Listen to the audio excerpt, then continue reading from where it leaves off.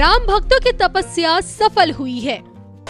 राम लला के पधारने की शुभ घड़ी आई है। अयोध्या के सजने का समय आया है। राम राज्य की स्थापना अब होनी बाकी है। वर्षों के इंतजार के बाद अयोध्या की रौनक वापस लौट आई है। न सिर्फ भारत बल्कि विश्व पटल पर राम का नाम गूंज रहा है।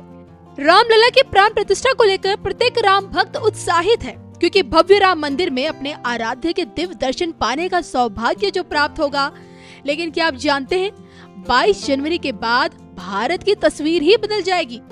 जो लोग ये सोचते हैं कि प्रभु राम के आते ही न सिर्फ देश के गद्दारों के चेहरे बेनकाब होंगे, विश्व पटल पर सनातन का पताका लहराएगा, हिंदू राष्ट्र की नींव रखी जाएगी, अखंड भारत का सपना पूरा होगा, भारत जगत गुरु बन पाएगा, ऐसे लोगों को आज हम विश्व विख्यात सुदर्शन चक्र ज्योतिषाचार्य श्री सनमित्र अशोका जी की 2024 से जुड़ी 4 ऐसी भविष्यवाणियां दिखाएंगे, जिसमें 29 मार्च 2025 तक सनातनियों के तमाम सपने साकार होने वाले हैं।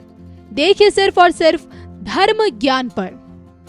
2014 के बाद की जो भारतीय राजनीति देखी है, उसमें 2014 से जब से मोदी जी केंद्र में आए हैं, उनपे हमेशा से मुस्लिम विरोधी टैग हमेशा से लगता आया है।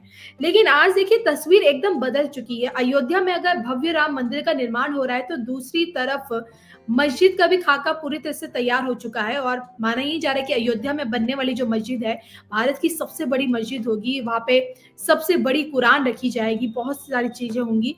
और दूसरी तरफ देखा जाए तो आपके अबू धाबी जैसे यूएई में अबू धाबी में एक भव्य हिंदू मंदिर का निर्माण हो रहा है। राम मंदिर के बाद 14 फरवरी को न्योता आया है मोदी जी को। तो इस्लामिक धरती पर हिंदू मंदिरों की जो नींव रखी जा रही है, उनका भव्य निर्माण किया जा रहा है।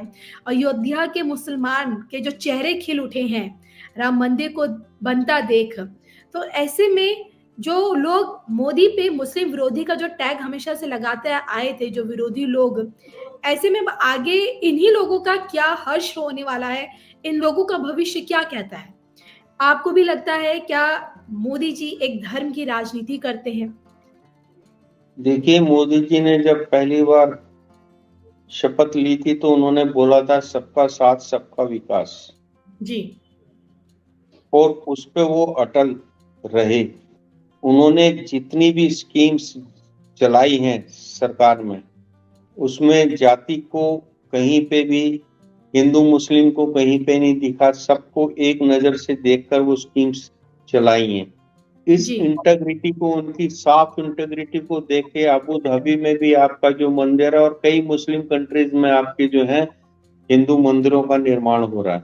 उसका एक ही कारण है कि इस टाइम जो देश की बागडोर है, जिस व्यक्ति के हाथ में है, उसकी इंटीग्रिटी बिल्कुल क्लियर है। वो किसी का बुरा नहीं चाहता, हर एक का भला चाहता है। तो जब व्यक्ति हर एक का भला चाहने वाला हो, तो उसके बारे में उसको किसी का विरोधी कहना गलत है। हम कह ही नहीं सकते कि वो मुस्लिम विरोधी। अगर मुस्लिम विरोधी होते तो वो पर्टिकुलरली एक सेगमेंट को या एक कास्ट को टारगेट करके स्कीम्स चलाते। क्या घर सबको नहीं मिले हैं? क्या शौचालय सबके लिए नहीं बने हैं? क्या सड़कें सब गांव में नहीं गई हैं? सब जो डेवलपमेंट हो रहा है वो यूनिफॉर्म हो रहा है, सबके लिए हो रहा है। तो ये नहीं कह सकता कि पर्टिकुलर किसी जाति के लिए किया जा रहा है। हाँ, उन्होंने जो अपनी 4 जातियां बताई हैं, युवा, किसान,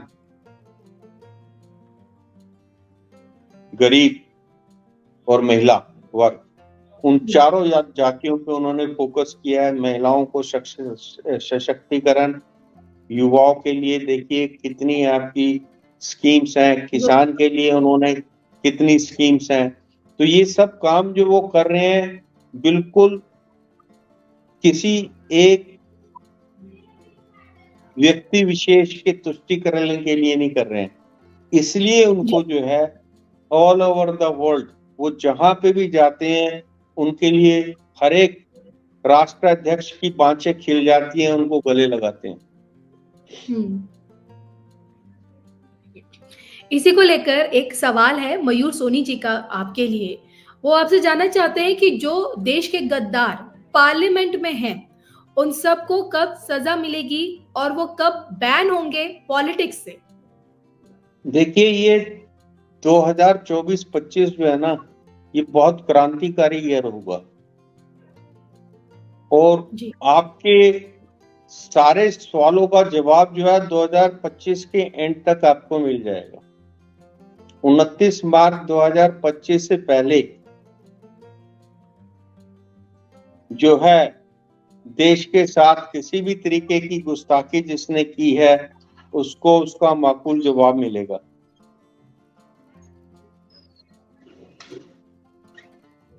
मुझे याद है आपने ये भी बताया था कि 2024 में किस प्रकार से आपके शनि से आगे कोतवाल चलेंगे, और जिसमें आपने बताया था कि जो हमारे देश की जो न्यायपालिका है उसका एक अलग रूप देखने देखिए, को। शनि के आगे कोतवाल चल रहे हैं और उसके आगे बृहस्पति, देवताओं के गुरु देवगुरु चल रहे हैं। जी। देवगुरु बृहस्पति जो है मेष राशि में है, राहु जो है आपके मीन में है और शनि जो है आपके कुंभ राशि में। तो ये जो सीक्वेंस है, धर्म, लोग धर्म पे चलेंगे, धर्म की तरफ आकृष्ट होंगे, ऑल ओवर द वर्ल्ड धर्म के लिए जागृति होगी, सनातन की उन्नति होगी और हिंदू राष्ट्र की फाउंडेशन रखी जाएगी। जी, आपने कहा हिंदू राष्ट्र की फाउंडेशन रखी जाएगी। हालांकि मैं तो जानती हूँ, क्योंकि मैं हमेशा आपसे जुड़ी रहती हूँ आपकी भविष्यवाणियों के साथ साथ, लेकिन एक दर्शक है जो ये भी जानना चाहते हैं कि योगी जी, अयोध्या से एक दर्शक है जानना चाहते हैं कि योगी जी प्रधानमंत्री कब बनेंगे। देखिए, योगी जी जो है हिंदू राष्ट्र के प्रथम प्रधानमंत्री होंगे। जी। अब ये आप लोगों पर, आवाम पे डिपेंड करता है आप कितनी जल्दी इस मुद्दे को उठाकर एग्जीक्यूट करवाते हैं। जी।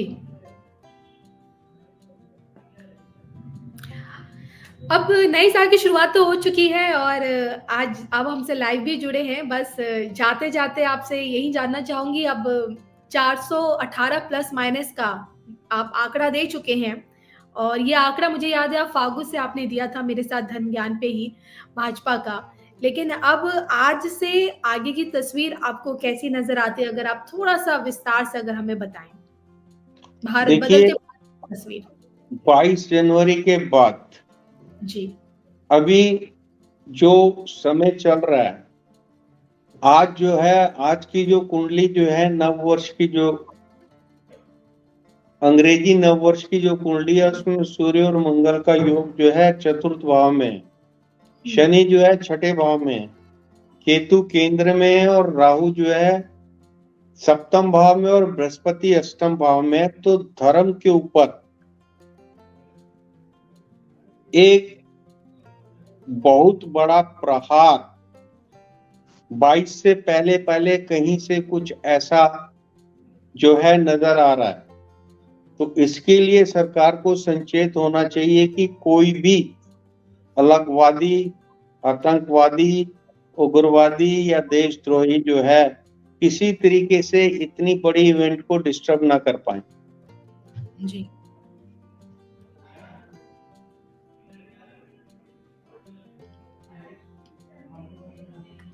चलिए, तो ये आज हमने आपसे जाना कि भई अब नए साल की नई शुरुआत हम भारतीयों के लिए कैसे रहेगी, देश के लिए। हाँ, देश के बारे में भी जानना चाहती हूँ, क्या लगता है अभी जो हमने हाल ही के वर्षों में जो देखा है कि सनातन का डंका बजता हुआ पूरे विश्व में, और लोग भी यही जानना चाहते हैं कि विश्व गुरु की तो आप भविष्यवाणी कर चुके हैं, फिर भी क्या एक जो वर्ड आता है हमेशा से हिंदू राष्ट्र और अखंड भारत को लेकर, क्या वो सपना अब बहुत जल्द साकार होने वाला है हम लोगों के लिए? देखिए, पहले हिंदू राष्ट्र फिर अखंड भारत। जी। तो पहले हिंदू राष्ट्र के ऊपर वर्क होगा, उसके बाद अखंड भारत के ऊपर।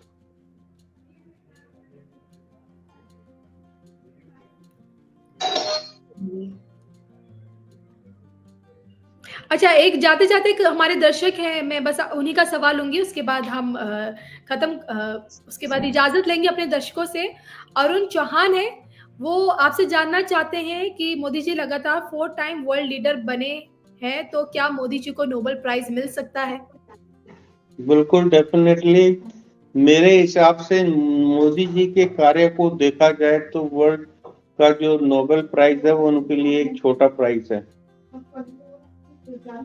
नोबेल प्राइज के तो अधिकारी है ही हैं, और वो छोटा नजर आता है उनके सामने।